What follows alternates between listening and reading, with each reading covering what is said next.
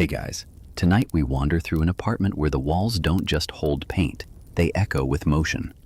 You're standing in a place where silence is filled with kicks slicing air, where the furniture makes way for footwork, and the mirrors don't reflect vanity but velocity. This is Bruce Lee's apartment, not a flashy mansion or a studio-backed suite, but a lived-in space cluttered with dumbbells, sweat-stained tank tops, and everywhere you look, sticky notes. Yellow, curling at the edges, scribbled with slanted handwriting, sometimes in ink, sometimes in pencil, sometimes halfway torn as if the idea had to leap before it finished forming. You probably wouldn't survive this place. Not because it's dangerous, though he does practice nunchucks in the kitchen, but because everything here demands something from you. Mindfulness, commitment, sweat. The fridge has a note that reads, "Don't cheat yourself." There's one above the sink. Absorb what is useful. Discard what is not. Add what is uniquely your own. You haven't even taken your shoes off and already you feel like you're being trained. So before you get comfortable, take a moment to like the video and subscribe, but only if you genuinely enjoy what I do here. Let me know in the comments where you're listening from and what time it is, because these bedtime stories are always global, always personal. Now, dim the lights. Maybe turn on a fan for that soft background hum, and let's ease into tonight's journey together. You walk softly across the wooden floor, your socks catching on the edge of a worn-out training mat. A note taped to the wall above it reads, "The key to immortality is first living a life worth remembering." Bruce wrote that one in English. Not for anyone else, just himself. Even the way he wrote was physical. You can almost hear the brush strokes, the way he'd pause, nod once to himself, and stick the thought where it needed to live. Some notes are tacked above light switches. One next to the bathroom mirror just says, "Be water." No explanation, no follow-up, just that. Be water. There's a kind of quiet genius in how Bruce used these little scraps of paper. They weren't journals, too formal. Not voice memos, too slow. Sticky notes were fast, honest, and disposable, yet somehow eternal. Because he didn't just write down what he knew, he wrote down what he needed to remember. And there's a difference. Even geniuses forget to drink enough water or stretch their hamstrings. This place, his apartment in Kowloon and later in Los Angeles, became an evolving canvas of belief systems. Philosophy wasn't something he wrote down once and got framed. It was constantly rewritten, sometimes hourly, because he knew that clarity isn't a final destination. It's a sticky process, literally. On the fridge is a lineup of nutrition reminders, next to an early note, "Daily practice prevents decay." And that one stuck right next to his grocery list, where bok choy and chicken thighs sit next to a scribbled, "Do not let your stomach become your god." You notice the handwritten Chinese characters peppered in too, more intimate somehow. He wrote in both languages, depending on his mood or the weight of the thought. The Chinese notes tend to show up in the bedroom, like one near his bed that reads, "Gong Fu Shi Yi Zhong Sheng Sun Feng Shi." Kung Fu is a way of survival. It's more than fighting. It's discipline, breath, humility, and yes, flipping your pillow when it gets too hot. There's a joke Bruce used to tell, and you hear it whispered through one note crumpled behind a kettlebell. "You know what I do when I don't want to train? I train anyway."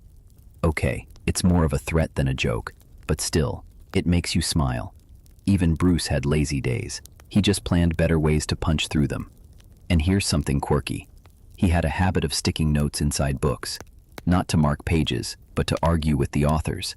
You open a dog-eared copy of Nietzsche and find, "You misunderstand strength." There's a copy of Krishnamurti's Think on These Things with a pink sticky note wedged inside that says, "Yes, but how do I move this idea?" See, to Bruce, thought wasn't enough. Thought had to live in the body. He believed ideas didn't really matter unless they could be tested, in movement, in failure, in the silence after a punch misses. And that's why the apartment feels alive. Not haunted exactly, more like it's mid-breath, always in motion. There's one post-it stuck to the inside of a wooden closet door that sums it all up. A goal is not always meant to be reached. It often serves simply as something to aim at. You close the door and imagine him, barefoot, stretching in that very spot, reading that very note again and again until it wasn't just a sentence, it was reflex. Biographers still debate when this sticky note ritual really started. Some say it was when he couldn't afford notebooks. Others believe it began after a serious back injury in 1970 that left him bedridden and desperate to keep his mind in shape while his body healed. But one thing's clear, Bruce didn't just write to remember, he wrote to become. One final note tonight, taped to the inside of his tea cabinet. Yes, even his tea had wisdom, is a tiny square that simply reads, now. You walk with him now. Well, more like chase after. Through the narrow alleys of 1950s Hong Kong, where barefoot kids play rooftop tag and humidity sticks to your back like a clingy thought. Bruce isn't famous yet, not even close. He's still Li Junfan, the scrappy, fast-talking teenager with a chip on one shoulder and rhythm in his bones. But even now, sticky notes are showing up like breadcrumbs in his wake. Inside his cramped family apartment, above his shared desk, a folded piece of paper is taped to the wall with a stubborn little square of cloth adhesive. On it, use no limitation as limitation. It's not yet iconic. It's not even meant for public eyes. It's just a thought that hit him during an argument with his fencing teacher and wouldn't leave him alone until he wrote it down. The wallpaper peels. A fan rattles in the corner. But Bruce's room is alive with motion. Practice swords leaning against bedposts, shoes kicked under chairs mid-stretch, and notebooks filled with half-English, half-Cantonese reflections that feel more like philosophical martial arts than diary entries. This is the origin story of the sticky mind. You find him taping a ripped scrap of receipt paper to the ceiling above his bed. Why? So it's the first thing he sees when he opens his eyes. It reads, balance is found between tension and grace. A little dramatic for a teenager, sure, but Bruce didn't really do casual. Even his teenage rebellions had footnotes. He skips school some days, but not out of laziness. He sneaks off to practice Wing Chun with Yip Man's students in secret, writing the sequence of moves afterward on cigarette cartons he folds flat and tapes under his pillow. 1. Forward energy. 2. Center line. 3. No pride in defense. The early versions of what would later become foundational truths of Jeet Kune Do were born here, written on trash, kept like scripture. And while his friends are scribbling song lyrics or love letters, Bruce is writing things like, emotion equals tension, and the fist must whisper before it shouts. You pause at one note pressed under the leg of a chair to keep it from wobbling. It says, if you must fight, make it poetry. That's Bruce, always two things at once, fighter and thinker, rebel and romantic. And yes, even then he's already myth-building without meaning to. One afternoon, he glues a bright orange note to the family mirror. It says, I am the future of Kung Fu. His older brother snorts. Get real, he mutters. Bruce just shrugs and says, I will. There's this open debate. Biographers still scratch their heads over it, about whether Bruce's sticky note habit came from insecurity or sheer vision. One day, after getting punched a little too hard in sparring, he limps home, plops onto his narrow mattress and writes in clumsy capital letters, he who knows not his limit invites his pain. He sticks it to the headboard, right where the wood splinters. Oh, and here's a weird little quirk. Bruce hated blue ink pens, claimed they made thoughts feel cold. He'd go out of his way to find black or dark red markers, and if those weren't available, he'd press so hard with a pencil it dented the paper. Drama. Thy name is Bruce. There's a note you almost miss, yellowed and taped to the back of a lamp. It says, no style is true until it's tested in sweat. It stuck there because it fell off the wall during a summer monsoon, and Bruce figured, hey, if the lamp sees it, that's good enough. He's already writing mini-scripts too, dialogue between imaginary students and teachers. Sometimes the teacher sounds like Confucius, sometimes like a bored taxi driver. One note reads, student, what is the best style? Master, the one that doesn't get you hit. Another, student, when do I punch? Master, when thinking would cost you a tooth. And there's comedy too, scattered little jokes that never make it into his films, but show up on the backs of posters or tucked in desk drawers. Like the sticky note inside a copy of King Boxer that reads, Fights in movies are lies, so lie beautifully. You're starting to notice something. He writes less like a guru and more like a reminder machine. His notes aren't declarations from on high. They're nudges, corrections, mental taps on the shoulder. Remember, says one above the doorframe, you are always a beginner. Another stuck to the sole of an old shoe. Even a step is a stance. Back then, he'd walk to the pier at dusk and practice punches in the fading light, the skyline humming behind him. One night, he forgets his notebook but has a sudden thought. He tears a flyer off a pole and writes on the back, "You don't master motion. You disappear inside it." Then he folds it into his pocket like a secret. You think about all the teenagers in the world staring at their walls, wondering who they are. Bruce didn't wait for someone to tell him. He wrote it down first, and then trained to become it. His family worried he'd never be serious. His teachers thought he was too restless. But the notes said otherwise. The notes believed in him before the audience did. As you watch the young Bruce practice by moonlight, sweaty and grinning with a split lip and a fresh idea scribbled on a napkin taped to the window, you realize something. He wasn't just preparing for the world. He was preparing the world for him. You're in Seattle now, rain on the windows, steam from the rice cooker, and the quiet thud of Bruce's heels moving rhythmically on the living room floor. He's in his early 20s, fresh off the boat with 2 suitcases and a grin sharp enough to cut steel. His apartment smells like fried garlic and ambition. The wallpaper is thin, the furniture's donated. The ambition? That's original. Bruce is building something here, himself. And right in the middle of the chaos, books stacked sideways, socks drying on a radiator, and a heavy bag swinging in the doorway, are his sticky notes. Fewer now, but denser, purposeful. They're no longer teenage aphorisms. These are survival tools, navigational stars for someone trying to be Chinese enough, American enough, and extraordinary enough, all at the same time. Above the rice cooker, you spot one that says, "Cultivate the body, sharpen the mind, soften the spirit." That's breakfast with Bruce. He's working days at Ruby Chow's restaurant, washing dishes and catching glimpses of college life he's not quite part of yet.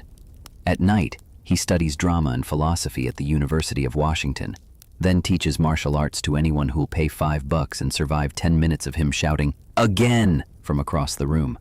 He tapes notes to his students' water bottles. Focus is a muscle. He tapes them to the inside of his locker. No one is born relaxed under pressure. Here's a little-known fact. He used to test out quotes on napkins before graduating them to sticky notes. One pile sits on his nightstand like rejected fortune cookies. Empty form is vanity. You are not your fists. Time is not spent, it is sculpted. "Not quite right," he'd mumble, crumpling the paper and aiming it at the trash can. Always missed, always laughed. But some notes made the cut. One's taped inside his wallet. He unfolds it before interviews, dates, and bank visits. It says, "Walk in like you belong, talk like you already won."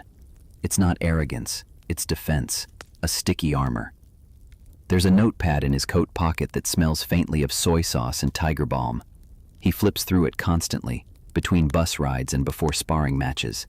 Half are in English, the other half in characters he rewrites over and over, perfecting the strokes like they're part of his kata. One day he writes, "I fear not the man who has practiced 10,000 kicks once, but the man who has practiced one kick 10,000 times." Tapes it above the bathroom mirror. He shaves to it, brushes to it. Biographers still puzzle over this phase. Was this when Bruce truly became Bruce Lee, the icon? Or was this the hardest chapter? The one where nothing made sense, and he held it all together with leftover glue and handwritten reminders? You're leaning toward the latter. There's a window in his apartment that barely opens, wedged shut by years of damp air and warping wood. Bruce sticks a note to the glass anyway. It reads, "You are not stuck unless you stop moving." Even his metaphors have footwork. By now, the sticky notes have colonized unexpected places. Inside his shoes, grip the ground, feel the earth. Taped to the underside of the teapot lid, heat rises, and so should you. That one always makes him laugh when he forgets it's there and gets scalded anyway. He's trying to teach Western students now, and it's not easy. Some come for curiosity, others for ego. One asks, "What style do you teach?" And Bruce frowns, writes something on a yellow square, and slaps it on the mirror behind the punching bag. Style? I teach you you. That mirror gets a lot of use, not for vanity. Bruce shadowboxes in it every night. Punches time to inhale, inhale again. You glance at the corners and see 3 more notes. Top left, speed hides nothing. Bottom right, distance is a choice. And dead center, you see the fight before you win it. He's got roommates now sometimes. Students who sleep on the couch or crash after training. One night someone knocks over a pile of philosophy books and a single note flutters out. It says, "Truth is outside of all texts." They think it's from Plato. Bruce smirks. "Nah," he says, "I made that one up." That's Bruce, always halfway between sacred and sarcastic. You start to notice how physical the notes have become. Some are worn around the edges, rubbed smooth by sweaty fingers. One near the entrance door is actually punched through. Accidentally, he says, but he left it. The ripped paper reads, "Explode, then vanish." Not bad advice for a man on the edge of going global. Oh, and here's something he never told anyone. He once mailed himself a sticky note. Stuck it inside an envelope and sent it with no return address, just to see how long it would take. When it arrived, he opened it like a letter from the universe. It said, "You are already becoming who you were meant to be." Rain falls heavier tonight.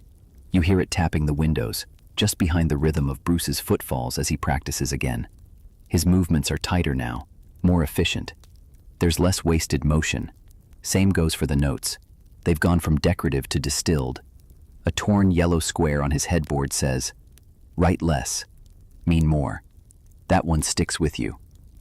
The bell above the dojo door jingles as you step into a space that smells of sweat, sandalwood, and something electric humming just beneath the floorboards.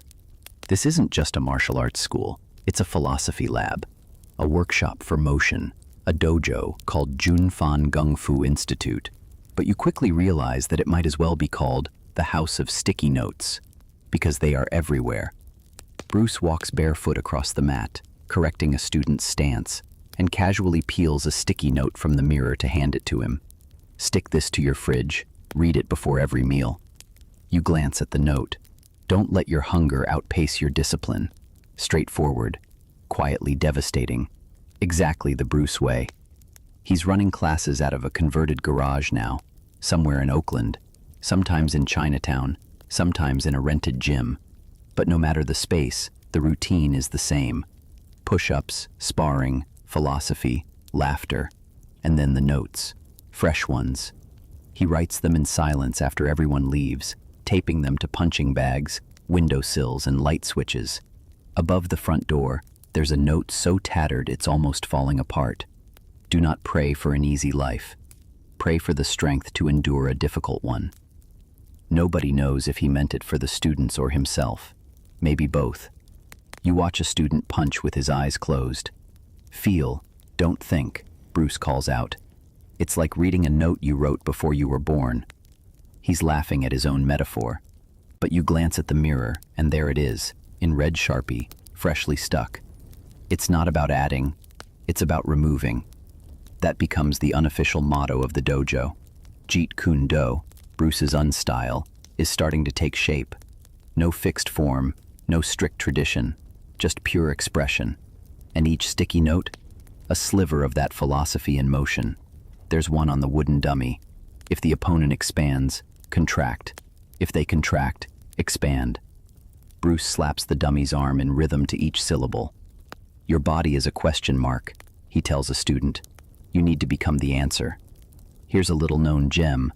He once wrote an entire class plan on sticky notes and stuck them on the soles of his shoes.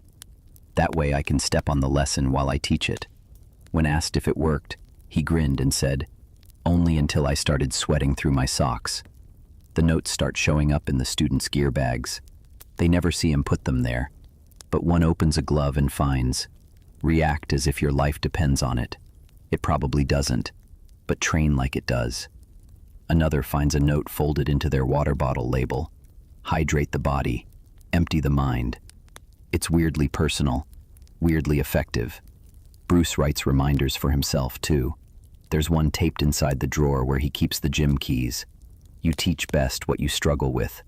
He stares at it every night before locking up. Biographers still wonder whether the sticky notes were for clarity or control. Was Bruce anchoring himself in chaos, or just addicted to making wisdom portable? You see it differently. He was building a trail, a breadcrumb path, not to a perfect version of himself, but to a real one. He starts writing faster, shorter phrases, words that hit like jabs. Energy up, ego down. Don't punch the air, punch the idea. Forget fear. Fear forgets you. They're motivational, sure, but they're also experimental. Bruce is testing philosophy like he tests forms. Break it, bend it, rebuild it sharper. You catch him once, writing something long, unusually poetic. He stops, rips it in half, rewrites only the last line on a fresh square, and sticks it on the wall. In motion, find rest. He doesn't explain it, just points to a student mid-combo and says, "That's the lesson, right there." One sticky note you find under a floor mat reads, "If your stance can't survive fatigue, it's a lie. It's damp with sweat, but the ink hasn't smudged. It holds." Students start copying the notes into notebooks, tattooing them on their wrists, whispering them before fights. They're more than quotes now. They're code. There's one peculiar corner of the dojo, behind the lockers, where Bruce keeps his failed notes. A sticky graveyard. You peek in and read a few. Silence isn't empty. It's full of punchlines. Kick with your soul. Respect is a mirror that breaks if you blink. Weird, lyrical, a little too much. But he kept them anyway, not to revisit, just to remind himself that not every strike lands, but every swing counts. One day, a student asks why there are no trophies, no ribbons, no photos on the walls. Bruce shrugs and points to a yellow note behind the clock. Recognition is delay, mastery is now. That student leaves the dojo in silence, comes back a week later with a black eye and a brand new attitude. You sit on the edge of the mat, watching Bruce teach without speaking. He gestures, he moves, the students follow. Then he taps a note taped to the mirror. Knowing is not enough. We must apply. Willing is not enough. We must do. They nod, repeat it together, like a spell. It's hard to tell whether Bruce made the sticky notes or if they made him. The dojo lights are off now. The echo of strikes has faded. You slip quietly into Bruce's next chapter. Less polished mats, more mop buckets. The rhythm changes, the air thickens. We're back in a time when the fighting didn't just happen in the ring. It happened at bus stops, on sidewalks, inside bank offices that wouldn't open accounts for immigrants who couldn't pronounce their names correctly. Bruce is working odd jobs. He teaches, he mops, he moves furniture with his bare hands, and makes pocket change giving private lessons in dusty garages. The martial arts haven't gone anywhere, but the spotlight has. And in this dimness, the sticky notes take on a new tone. They're still hopeful, still sharp, but they sting now, like a reminder that belief has to outlast applause. You find one on the inside of his bedroom door. Nobody is coming. Be your own cavalry. It's been taped and retaped, its corners thick with grit. He's got a side hustle cleaning gyms late at night. Between swipes of the mop, he'll scribble a note on the back of a receipt and stick it under the bench press rack. Every rep is an argument with weakness. He leaves them behind like breadcrumbs for strangers who might never know his name, but might need that message right when their shoulders are burning. This era, early 60s, pre-fame, post-honeymoon, is less discussed.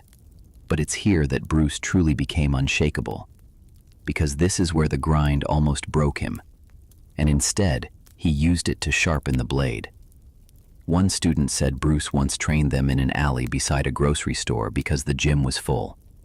They slipped on wet concrete, and Bruce laughed, handed them a hand towel, and said, "Improvise, adjust, adapt." Later, that student found those 3 words again, written in block letters and stuck to the back of a receipt from a gas station. Bruce had handed it to them like a gift. He wasn't just teaching martial arts. He was rewriting his own operating system. And he was doing it in fragments, sticky square by sticky square. There's one note, taped inside his lunchbox, next to a cracked boiled egg, that reads, "Pain is not the enemy. It's just the messenger." He reads it, chews slowly, then goes back to hauling a couch up a flight of stairs. Here's a quirk that shows up now. Bruce starts sticking notes inside his clothes, literally. On the inside collar of a training jacket. "Hold your center, even when soaked." On the hem of his t-shirt, "Breathe like your ancestors are listening." And maybe they were. He still practices daily. Kicks between shifts, shadowboxing in the dim light of laundromat windows, breathing exercises during bus rides. His pockets jingle with loose change and loose notes, folded so many times they feel like lint. One's almost illegible. "Do not fear the low point. Fear forgetting how to rise." Biographers argue about this phase. Did Bruce struggle in silence, or was this strategic stillness? Did the lack of fame weigh on him, or was he biding time like a coiled spring? Maybe both. But here's what's certain. The notes changed. Before, they were ideas. Now, they're lifelines. A sticky square rests inside a drawer full of unpaid bills, empty pockets, full form. Another is stuck to the back of his bathroom light switch. Flip it on, even when you're dim. You watch him jot something on a pink square, then shove it into a cracked mirror frame. It says, "They don't have to see it yet. You do." And you believe him. He gets rejected for roles, too foreign, too intense, too unplaceable. He reads their letters in silence, then quietly tapes a note to the top of his typewriter. Their vision is not your ceiling. He doesn't rage, he writes. Then he trains. Late one night, bruised from a sparring match and down to his last few bucks, Bruce tapes a note to the ceiling above his bed, just like he used to. You have to lie flat on your back to read it. Keep going. This is the part they won't include in the documentary. It's both hilarious and painfully true. He's married now. Linda sleeps soundly beside him while Bruce scribbles in the dark. He doesn't want to wake her. But he does tape a note to the baby crib in the other room. Brandon's just a baby, too young to read it. But still, there it is. "Know your father never stops swinging." Here's a strange one. Bruce tapes a note inside the toilet tank lid. Why? "Because that's where you always look when you feel stuck," he later jokes. The note? Stillness can be found in the most inconvenient places. There's even a rumor, unverified but juicy, that Bruce once stuck a note to a casting agent's desk during an audition. It read, "You're not ready for me. That's not my problem." No one knows if the agent ever read it, but someone must have. Because the next week, Bruce got a call. The notes keep piling up. On wall corners, on ceiling beams, tucked into weight plates and shoe soles. They're no longer private philosophy. They're proof of work, of belief, of refusal to fold.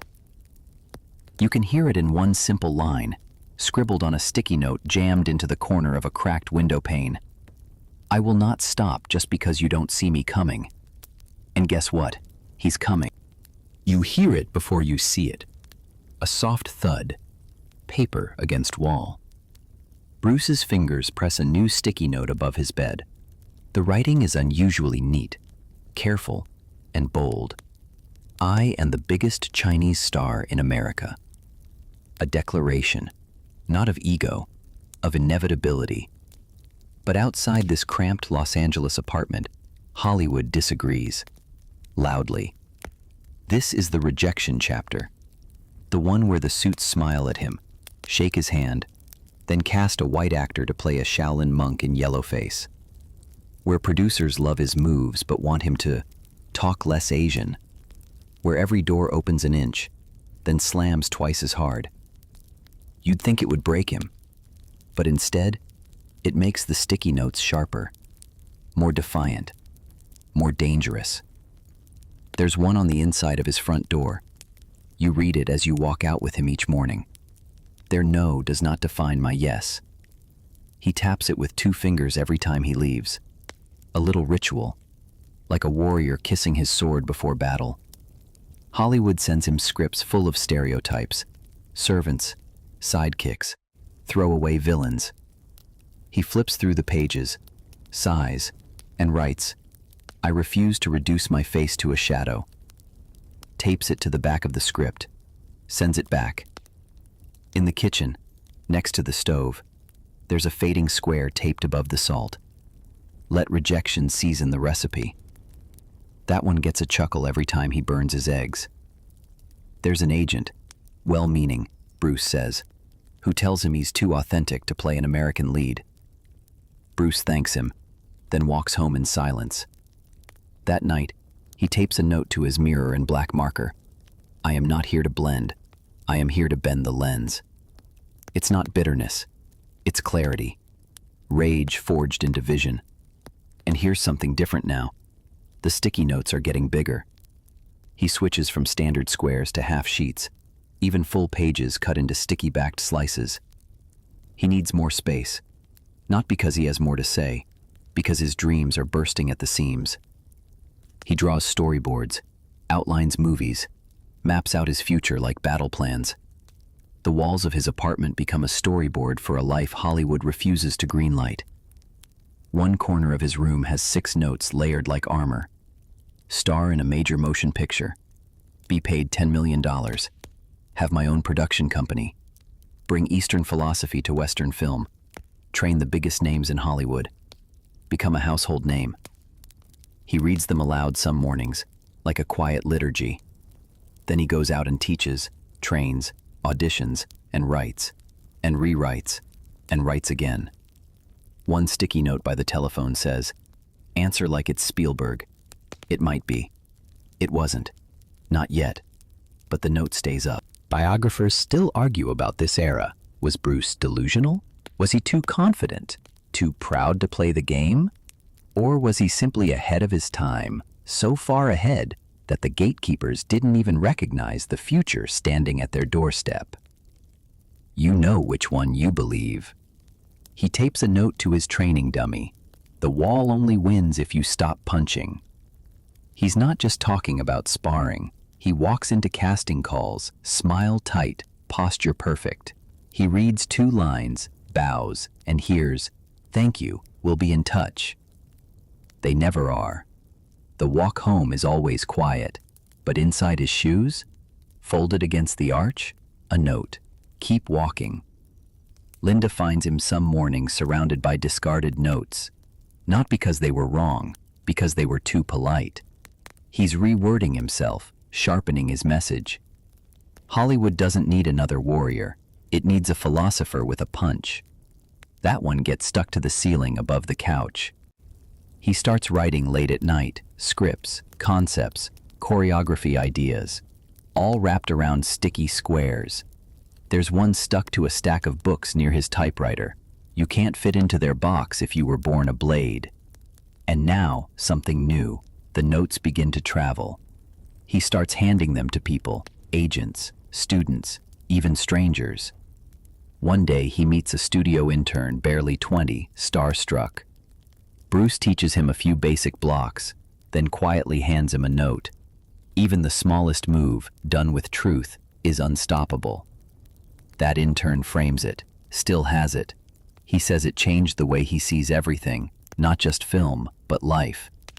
Bruce is planting seeds, and not all the notes are for others. He leaves one on his own pillow before bed. The world may not be ready, but I am. There's a rumor that he once slipped a note into a casting director's pocket at a rap party. No one ever confirmed it, but if it happened, the note supposedly read, "I'm not here to impress you, I'm here to wake you up." One night, after another lukewarm audition, Bruce tapes a bright red square to the TV. It's blank, just a red square, pulsing like a warning light. Linda asks him why. He smiles. Because sometimes silence hits harder. And then one day, it happens. A producer calls. The tone is different. There's money on the table, creative control too. A title they want to build around him. Bruce listens, hangs up, and doesn't cheer, doesn't jump. He walks to his wall, peels off the oldest sticky note from his mirror, the one that read, I am the biggest Chinese star in America, and without a word, tapes a new one beneath it. The air in the apartment is different now, charged. Lighter but somehow heavier too, like the calm just before thunder. Bruce paces barefoot across the floor, training stick in one hand, notepad in the other. On the counter behind him, a kettle boils and cools without ever being poured. Something big is being born here. Not a movie, not a fight, a language. Jeet Kune Do. It doesn't start as a system, it starts as a scribble. You watch him at the kitchen table, tearing a napkin in half and drawing a simple line with an arrow at one end. Then a circle. Then an X through both. Then, beneath it all, 3 words written in a rush. No way as way. He stares at it, then underlines it. Twice. Bruce has spent years mastering styles. Wing Chun, boxing, fencing, judo, but now he's fed up with the limits. Styles trap you, he mutters, almost to himself. They're cages with pretty names. He grabs a sticky note, peels it, and writes, "Truth in combat has no shape." Slaps it on the fridge door like it offended him. The next few weeks are a blizzard of notes. Every surface becomes a canvas. Cabinets, mirrors, even dumbbells. The walls look less like a home and more like a war room. If you were to stand back and squint, you'd see a constellation forming, little squares connected by arrows, sketches, and words that read like riddles. Economy of motion. Intercepting fist. Simplicity is sophistication. One note sits dead center above the stove. Art is the expression of the self. Martial art is the expression of the fighting self. He makes eggs under it, spars beside it. You can tell it's one of his favorites. He replaces it every time the steam curls its corners. And here's the strange thing. Some of these notes contradict each other. Be soft, strike through, empty yourself, impose yourself. But Bruce likes the contradictions. A truth that only works one way, he says, isn't ready for the street. You find a sticky on the underside of the coffee table. Absorb what is useful, discard what is not, add what is uniquely your own. It's one of his clearest mantras and becomes the heart of Jeet Kune Do. Biographers later argue whether Bruce ever meant it to be a style. He said no, but schools opened anyway. Certifications, belts, tournaments, he had no interest. His students would ask for structure, and he'd hand them a sticky note that said, "You are the structure." He starts sketching movements as stick figures, taping them in odd places, like inside the medicine cabinet. Imagine brushing your teeth and seeing, stick figure, jab, step back then. Attack the attack. Nothing like waking up to a tactical koan. His friend comes over and jokes that Bruce's apartment looks like a conspiracy wall. Bruce laughs, then points to a note by the door. If your philosophy doesn't make you sweat, it's fiction. That shuts the friend up. He's giving private lessons to celebrities now. Steve McQueen, James Coburn, Kareem Abdul-Jabbar. They walk away dazed, not from the kicks, but from the wisdom stuffed into 5-word sentences. One of them swears Bruce handed him a single yellow note after practice that read, "Don't fight the man, fight the idea." That line changes him. He still keeps it in his wallet. Bruce's journals become laboratories. He pastes sticky notes between pages of the Book of 5 Rings and Tao Te Ching. Beside passages about flowing water, he scribbles, "The punch must flow." Beside chapters on no mind, he writes, "The best fight is instinct executed consciously." A student once asked, "What makes Jeet Kune Do different from Kung Fu?" Bruce smiled, pointed to a sticky note stuck to the ceiling fan, spinning slowly overhead. Kung Fu is tradition. Jeet Kune Do is translation. They both stared at the note until it spun out of sight. Here's something charming. Bruce starts folding sticky notes into tiny origami cranes. Not perfectly, just enough to hide a message inside. He leaves them in students' gym bags. Unfolded, they reveal things like, "Let the strike speak first." Stillness is a weapon too. One student called them Bruce bombs. They'd explode in your brain an hour later. But there's one sticky note that never moves. It lives at the very center of his training wall, flanked by arrows, sketches, quotes from Lao Tzu and Ali alike. The note is simple. No punctuation, all lowercase. Jeet Kune Do is you. That's the real reveal. The sticky notes aren't about the art, they're about the artist. Biographers have their debates. Was this truly a new form? Was it just a remix? Was Bruce oversimplifying? Or was everyone else overcomplicating?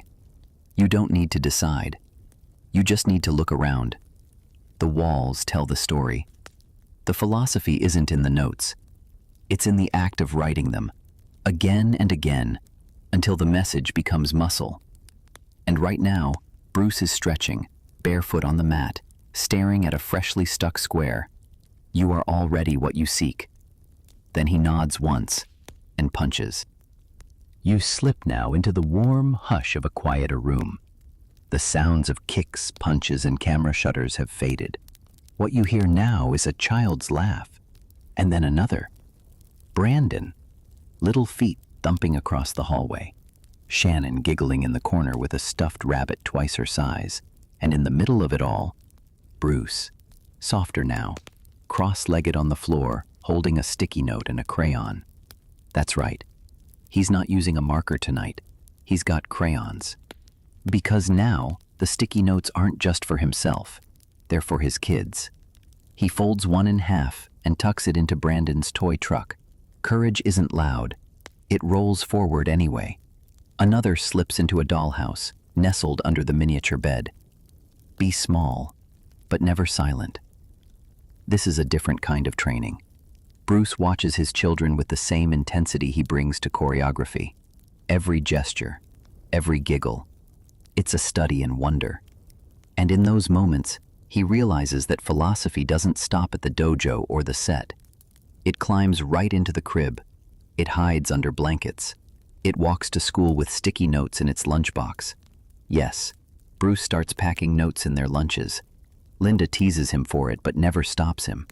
One note, scribbled in green crayon and stuck to a PB&J sandwich bag.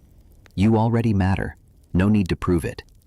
It's beautiful, and more than a little unexpected. Remember that intensity from the early notes, the ones above the mirror, under his bed. That same energy now fuels these bedtime whispers. At story time, Bruce tucks notes inside the books. Between the pages of Where the Wild Things Are, a small yellow square reads, "Even monsters have hearts." Shannon finds one taped to her nightlight. Bravery is what happens before the light turns on. She doesn't understand it fully, but she sleeps better that night. Bruce isn't just trying to teach his kids martial arts. He's giving them a portable library of the soul, folded, stuck, tucked, and hidden in plain sight.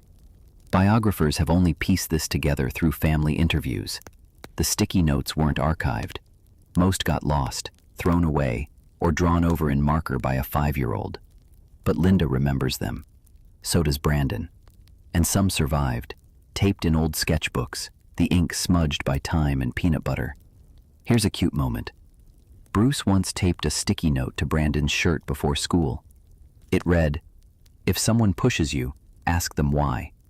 When the teacher called Linda, confused and a little concerned, Bruce just smiled. "I'm raising a question mark," he said. And maybe that was the point. One day, Bruce and Brandon are sparring gently in the living room. Brandon's punches about as threatening as a marshmallow. Afterward, Bruce tapes a note to the living room window. The best fighters don't fight their children. They fight to become better ones. There's a sticky note on the refrigerator that hasn't moved in weeks. It's not a rule, it's a vow. Never win the world and lose your family.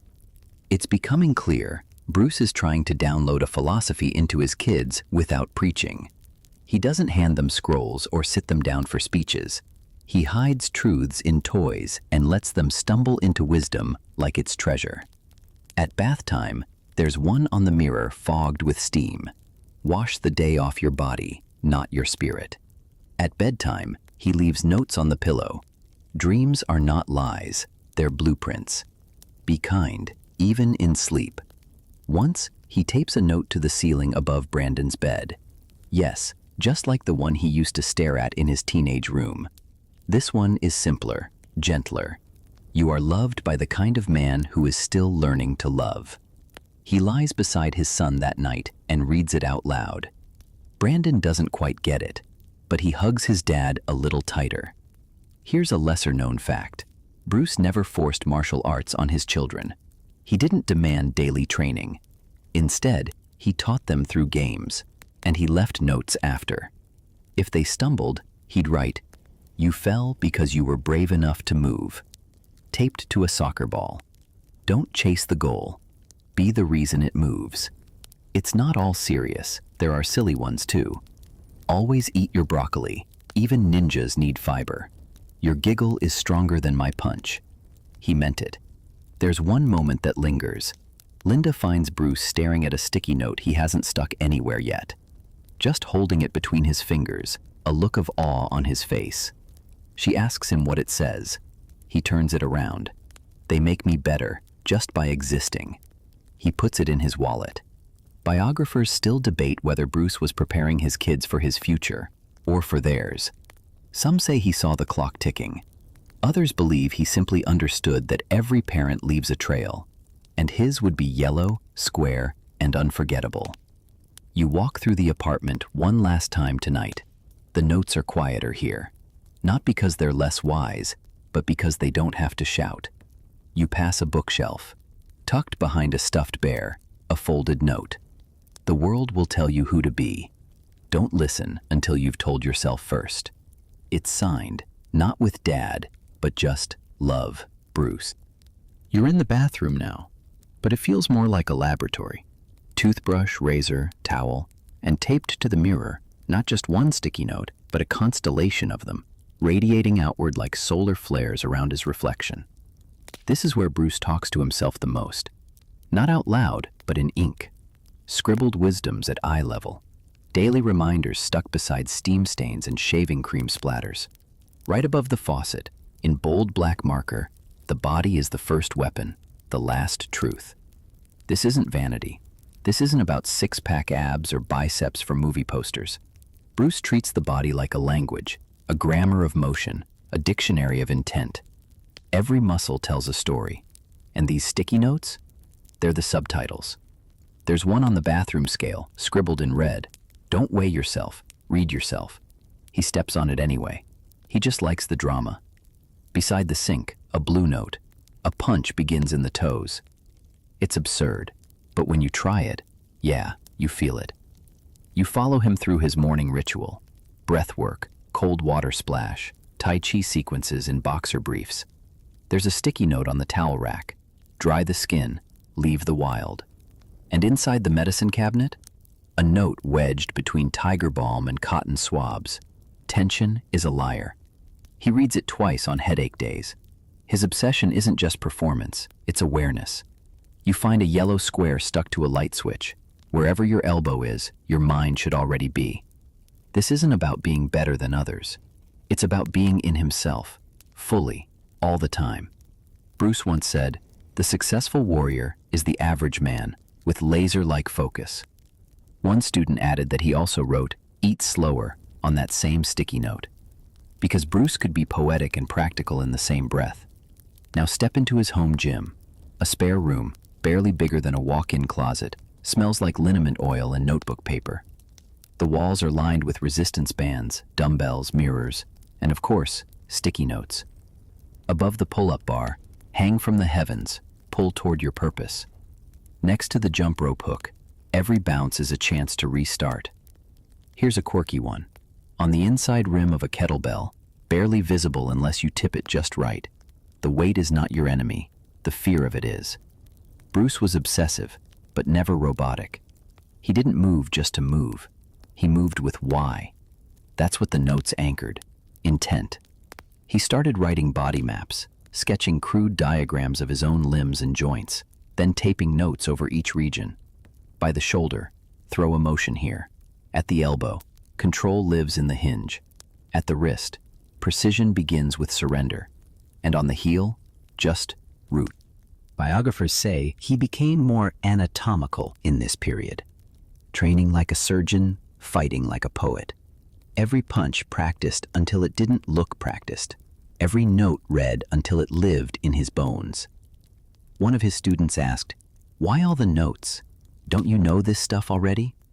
Bruce just smiled and pointed to a yellow square taped to the corner of the mirror. The body forgets. The body lies. The body listens to reminders. It's the same reason he taped a note to the shower head. Wash off the past. Don't rinse away the progress. He mumbles it every morning as water hits his face. There's a new note today. Fresh, centered, framed by the others. Just 5 words. Stillness is the loudest flex. You stare at it. He doesn't explain. Just balances on one foot, eyes closed, arms extended. 30 seconds, then 45, then a minute. The note nods along with him. And the bathroom mirror? Covered in arrows, notes, and smudged fingerprints. You can barely see your reflection in it. That's the point. Bruce was never after image. He was after integration. The notes weren't ornaments. They were tools to merge thought and flesh. There's a handwritten diagram stuck above the light bulb. It shows a heart, a brain, and a fist. Arrows point between them. At the bottom, one sentence. Power lives where these 3 agree. Here's a peculiar one. Folded into his sneaker. The foot tells the truth the spine forgets. No idea what it means, but it feels right. Even his rest days weren't exempt. He'd tape sticky notes beside the couch like invitations. Stillness is practice too. A stretched hamstring is a stretched mind. And occasionally, take a nap, then kick something. He knew the body wasn't just a machine. It was a messenger. And like any good message, it needed clarity. Rhythm. A little editing. That's what the sticky notes did. They didn't push him forward. They brought him inward. Biographers debate whether Bruce's obsession with physical perfection was sustainable or even healthy. Some say he pushed too far. Others say he simply moved ahead of the curve, practicing mind-body integration before it had a name. You look back now, at this room covered in quiet declarations, and you realize this isn't discipline, it's devotion. Every sticky note is a love letter to the body, a thank you note to the vehicle that let him become. You pass the mirror again. Your reflection returns. Behind it, faint but clear, a yellow square you didn't notice before. This body is not who I am, but it's how I speak. And Bruce? He's already stretching again. The airport terminal hums with the rhythm of departure boards and clacking heels. Bruce adjusts his bag, pulls his passport from his jacket pocket, and out flutters a sticky note, creased but legible. Don't let the world stylize your soul. He catches it midair, smiles, and folds it back between the pages of his script. He's flying more now. Tokyo 1 week, LA the next. Interviews, studio meetings, photo shoots. It's happening. The storm he predicted. Enter the Dragon is in production. Hollywood is listening, finally. But Bruce? He's wary. Sticky notes begin appearing not just in his apartment, but in briefcases, hotel rooms, even on the backs of script pages. They're becoming warnings. There's one on the inside of his passport sleeve. Fame is flammable. Stay water. He moves through the world with the confidence of a man who already dreamed this, and the caution of someone who knows dreams can burn. The notes now guard him from inflation, not obscurity. Where there was once hope, now there is anchoring. His suitcase has a yellow square stuck to the inner lining. Don't pack the ego. It unzips everything. The studio execs love him, until they don't. One praises his charisma, then asks if he can dial it down a little. Bruce pretends not to hear. Later that night, in his hotel room, he writes a note and sticks it to the minibar. Shrink for no one. Underneath it, a smaller square. Not even when they smile. Biographers have combed through his letters and journals from this period, tracing the tension. Bruce is trying to stay Bruce, while the machine wants to mold him. One note stuck to the inside of his Enter the Dragon script reads, "They want the moves. I bring the message." He writes another and sticks it to the vanity mirror in his trailer. Make the scene. Don't let the scene make you. And still, he's grateful. He's just also sharp. Linda later recalls that Bruce started leaving notes on his luggage handles, just to remind himself who he was before the flashing cameras. One said, "Remember, you were dangerous before you were famous." Another, "Don't lose your fists trying to hold their praise." You find one tucked inside his script binder, wedged between rewrites and production notes. Speak their language, but write your own lines. It's not just metaphor. Bruce rewrites his own dialogue constantly, refining each word like a strike. There's a curious note stuck inside his wallet beside a stack of hotel receipts. If they forget your name, your message should still echo. He fingers it often, especially after long meetings where execs mispronounce Lee. You notice the sticky notes shifting in tone. They're not just philosophy now, they're survival tools. Like this one, taped to the inside of a script cover. Be a guest in the room, but own the air. He begins taping notes to himself. No, really. He walks into meetings with squares on the back of his notepad, or the inside of his jacket lapel. Once, he even has one on the sole of his shoe. Above or below, you are still you. Back at home, the mirror has changed. It's no longer covered with just quotes about flow and fists. It now hosts a new kind of message. The world will try to rename you. Decline. Here's something playful. Bruce starts scribbling practice notes in Mandarin, English, and French. Why?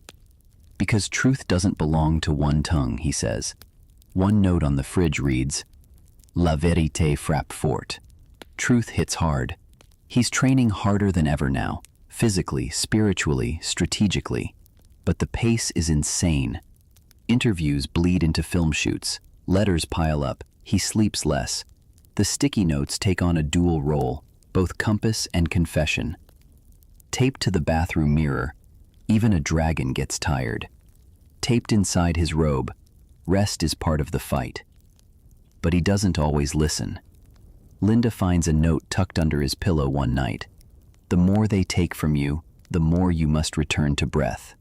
And still, he never stops leaving notes for others. In gym lockers, hotel lobbies, actor trailers. One note stuck inside a co-star's script. Don't act like him, be him, and then be more. That co-star cried. Still has it in a box. People around him are starting to quote him, to repeat his mantras back to him, to brand his words before he can even stick them to the wall. He shrugs it off, but tapes a note to the inside of his front door all the same. If they start selling your voice, whisper something new. Biographers say this was Bruce's prime, but what they don't say enough is how hard he worked to keep himself during it. Every sticky note is proof. He didn't just arrive here. He fought to arrive whole. And there, above his nightstand, freshly written in black marker, "Global is nothing if local is gone." Bruce Lee, movie star, philosopher, icon, still just a man, guarding his soul, one sticky note at a time. The house in Bel Air is quiet, but tense. The kind of quiet where you can feel how much is waiting behind the walls. Bruce walks through it slowly, barefoot, shoulders tense, scripts in one hand, a green smoothie in the other, and a sticky note between his teeth. He peels it off and sticks it to the fridge. Speak in truth, translate in charm. Hollywood has him now. The town that once shrugged at his name is now tripping over itself to offer deals. Everyone wants a piece, but no one seems to know what to do with him. Not fully, not yet. One exec tells him Enter the Dragon is too Eastern. Another says it should be more mystical. Bruce listens, nods politely, then scribbles something mid-conversation on a note and sticks it to his knee under the table. When they ask for fog, give them lightning. The sticky notes, once spread across kitchen walls and bedroom mirrors, are now migrating into briefcases, inside dressing room drawers, behind the bathroom door in studio trailers. They're mobile shields now, compact confidence bombs. On a storyboard sketch, plot moves them, philosophy hooks them.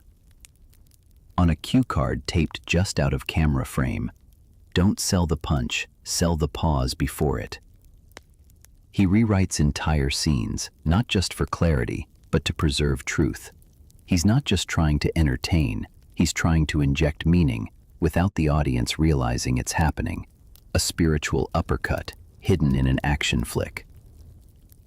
You find a sticky on the inside of a makeup drawer. They'll frame your face, frame your mind first. The studio's buzzing.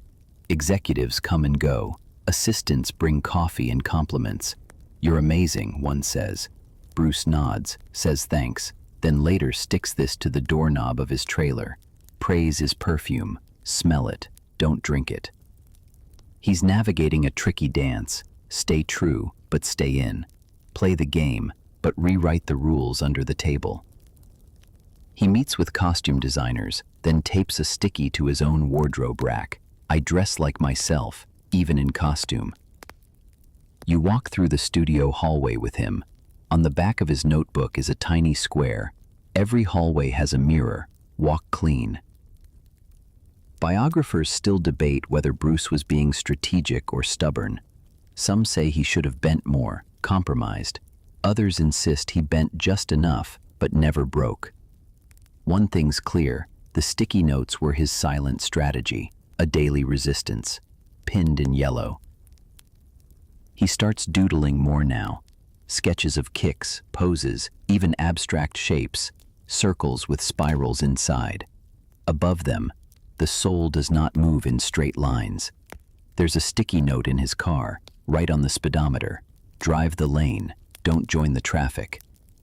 He drives fast, but only when he wants to. The tension is starting to show. Late nights, long shoots, pressure building. Linda says he wakes up some mornings and just stares at the ceiling. But by breakfast, there's a new note taped to the toaster. Even fire begins as focus. On a particularly hard day, studio disputes, rewrites, phone calls that go nowhere, Bruce tapes a note to his own chest, under his shirt. The storm doesn't make you less, it makes you visible. You see him now not as a fighter, but as a translator. He's translating his truth into the language of cinema, capitalism, fame. It's exhausting, but he's relentless. A friend notices a fresh note taped under Bruce's glass of water on set. It says, "Clarity always rises, so should you." There's one on the back of his folding chair, where the name Bruce Lee is printed in block letters. Just above it, the name is temporary, the message is not. He never says much about these notes, never boasts, but people feel them. They spread. Assistants ask to keep them. Camera operators tuck them in wallets. One even shows up taped to a studio bathroom mirror. Probably stolen, probably treasured. It reads, "If you can't find the frame for your truth, break the frame." Bruce doesn't mind. He likes that they travel. At home, he's quieter, more internal, but the notes remain. One taped to the inside of a cereal box flap. "Feed the body, starve the ego." One inside a drawer full of invoices and studio memos. "No number will ever define your worth." The pace of the world is dizzying, but Bruce is still moving with precision. He stretches in the hallway. He shadowboxes in hotel rooms. And on the bottom of his shoe, written so faintly it could be missed, "Truth moves with you." Here's one of the stranger places a sticky note appears. Inside a film reel canister, tucked next to the Enter the Dragon master tape. The note, "Let the world watch, let them feel." That's the real goal. Not fame, not money, impact. He's almost there now. The world is listening. But just in case he forgets who brought him here, there's a yellow square taped inside his wallet. Worn, fraying, still legible. "Remember the rice cooker in Seattle." Remember, and beside it, a newer one. Smaller, sharper. They didn't build you. They can't break you. He tucks them both away, zips his jacket, breathes once, then walks into the next scene.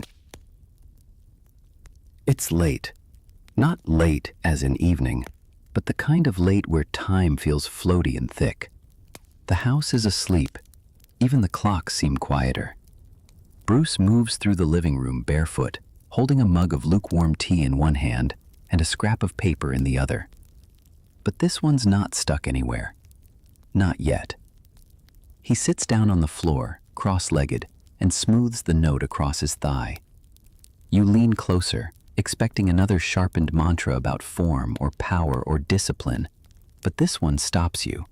It reads, "To become whole, I must first admit what I hide." It's different.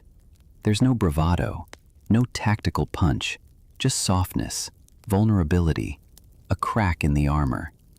He folds the note, doesn't tape it, just lets it sit beside him like a confession. Bruce has been writing for hours tonight. Not sticky notes this time, pages. Some philosophical, some raw, some so personal they feel like letters to a version of himself that hasn't caught up yet. You find a crumpled note near the couch. "Even in confidence, I am uncertain. That's human. That's okay." It's not for show. No one will see this one. That's how you know it's real. He's been reading more lately. Rereading, actually. Krishnamurti, Alan Watts, even poetry. The kind with no answers. The kind that leaves you staring at the wall after the final line. He jots notes between the pages, not about combat, but about existence. Taped inside the cover of The Prophet by Khalil Gibran, "Your soul does not care if you are admired. It only wants to grow." This is a new Bruce, not replacing the old, just adding to him. Biographers rarely talk about this part. They focus on his precision, his pace, his physical dominance. But here, this stretch of quiet nights in 73, he was turning inward. Less about kicking, more about peeling, shedding old skins, asking questions he wasn't trying to win. There's a sticky note folded into his journal, unusually delicate handwriting. "If I am always becoming, who am I now?" And another, taped low on the bedroom mirror, so only his eyes catch it when he crouches after a long day. "You can hold power and still be afraid. One does not cancel the other." Linda notices he's quieter during breakfast, not withdrawn, just tuned in, as if something is unfolding inside him that language hasn't caught up with yet. You peek inside his gym bag and find a note slipped beside his gloves. Even steel bends under pressure, but it doesn't forget its shape. He's been talking more about formlessness lately, not just in fighting, but in life. You find stickies everywhere with fragments like, "Detach from the outcome, don't cling to clarity, let it visit. If I vanish tomorrow, let me be complete today." Here's one you find folded into a... You find a note in his back pocket, barely holding on. The real war is not external. It's between your masks and your truth. One afternoon, he leaves a note on the studio door, not one of the usual clean quotes. This one's messy, scrawled, emotional. "I want to disappear into peace. Just for a while. Just to breathe again." Linda finds him on the floor later that night, surrounded by notes he hasn't stuck anywhere. They're spread like petals. Philosophy, poetry, fragments of vulnerability. She doesn't ask. She just brings him tea. You sit beside him now. It's late, again. He leans his head back against the wall and taps a sticky note to his own chest. "Being Bruce Lee is hard." He chuckles, then writes another. "Being just me is harder, but worth it." He leaves that one. Taped to the inside of his journal, there's a note, barely visible, stuck to the bottom corner of a drawer. Folded and soft, like it's been hidden there for months.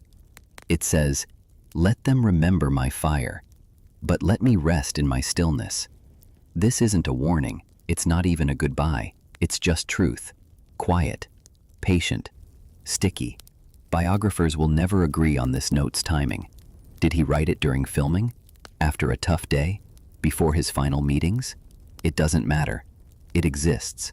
That's all. And you, sitting in the stillness with him now, surrounded by thoughts he never shared, realize this. Bruce Lee's most powerful sticky note wasn't about fighting. It was about being. You wake to silence. Not absence, but a dense, sacred quiet. Like a stage just before the curtain rises. or falls. Bruce's home is still. No clatter from the kitchen. No rhythmic strike against the wooden dummy. Just the soft whisper of morning light spilling across paper. Sticky notes are still here, but something's different now. There are fewer of them. The ones that remain? Sparse. Minimal. Some have only a single word. Others, just a line. So open-ended it feels like it was meant to be finished by someone else. On the fridge, now. Above the bed, enough. On the ceiling above the weight bench, a fading square. Formless. There's no rush to fill space anymore. No need to explain or defend. Bruce isn't slowing down. He's letting go. Everything extra is falling away. Just the essential remains. He still trains, still stretches, still spars. But the fire's not for spectacle. It's for discipline. A kind of private, practiced devotion. He moves like someone who has nothing to prove, but everything still to express. And the notes, well, they echo that same quiet power. You find one taped to the inside of a cupboard door. Speak less, mean more. You linger on that one longer than you expect. Biographers will always debate what Bruce sensed in these final weeks. Did he know something? Was it intuition? Premonition? Coincidence? You watch him pause at the mirror, tapping a note with his index finger before shaving. What is real cannot be taken. He doesn't add more. There's a yellow square on his nightstand, beside a half-read book and a cup of tea gone cold. It reads, "What remains when I stop striving?" That's the question, isn't it? The man who taught the world to punch through walls is now teaching the gentler lesson, how to stand still without losing your edge.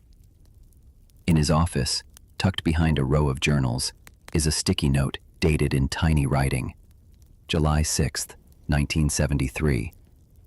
The note says, "My soul is light today." No dramatics, no capital letters, just a quiet sentence in the margin of a life lived fast. He's writing less now, but when he does write, it's exact. One square stuck inside the back cover of his black notebook simply reads, "I am full." And yet, not everything is tidy. On the edge of a training mat, you find a crumpled note, more worn than the others. He's clearly handled it often. There are faint fingerprint smudges. It says, "If I don't get to finish this, you finish it." No signature, just faith. He's not giving up. He's handing over. There's a note inside a folded pair of pants. "Even the dragon must descend."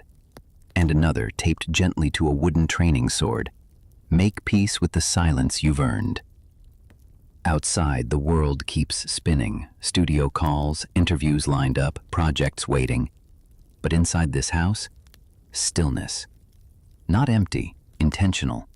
Like an artist who stepped back from the canvas, trusting the strokes he's already made. You're sitting in the bedroom now. The fan turns slowly overhead. The day unfolds soft and golden. On the windowsill, a tiny, sun-faded sticky note flutters in the breeze. You catch it before it drifts away. It reads, "I am not the wind. I am the space it moves through." He taped it there weeks ago, maybe longer. One last note catches your eye. It's under the edge of a tea tray, almost hidden, folded, fragile. The handwriting is different now, looser, unforced. "I am ready." You don't know if it was his last. No one ever will. But it doesn't matter. Because in these final stickies, bare, soft, almost whisper thin, you feel the full weight of a man who once punched through boards for fun, and later realized his most powerful strike was a quiet truth taped to a wall. The room is not empty. You return to Bruce's apartment one last time, not as a guest, but as a witness. And though the space is quiet, there's a pulse here. Not from footsteps, not from breath, from paper, from sticky notes that outlived the man who placed them, still clinging faithfully to surfaces like tiny monks in meditation. Some are faded, others freshly restuck, by hands who couldn't bear to let them fall. His students, his family, his fans, each one searching for a little more of him in these squares of truth. There's a note behind a frame in the living room, taped, not to be seen, but to stay. If you must live on, live sharp. Another, tucked into the binding of a training manual. There is no final form, only evolving essence. Linda finds one inside a tea tin months later. It reads, "Love made me gentler than combat ever did." Brandon keeps one in his wallet. The handwriting is crooked from being folded so many times. It says, "You are my greatest technique." Shannon later finds a note that was never placed. It's still on the pad, top sheet, glue barely dusted. "It was never about me. It was about awakening you." That one ends up in a museum. But you know, it belonged in a pocket. Biographers, scholars, martial artists, they'll write volumes on the man, the myth, the movement. But here, in the soft corners of his home, you discover something else. Bruce Lee's life wasn't made of spotlight moments. It was made of decisions, tiny, deliberate, sticky decisions to remember who he was, who he could become, who we all could be, if we just paid closer attention. Every note was a footprint, a clue, a challenge, a gift. You look around the room now, notes on kettlebells, notes under chairs, one still clinging to the ceiling, yellow and torn. And then you see it. One last sticky note, untouched, blank, waiting for your truth.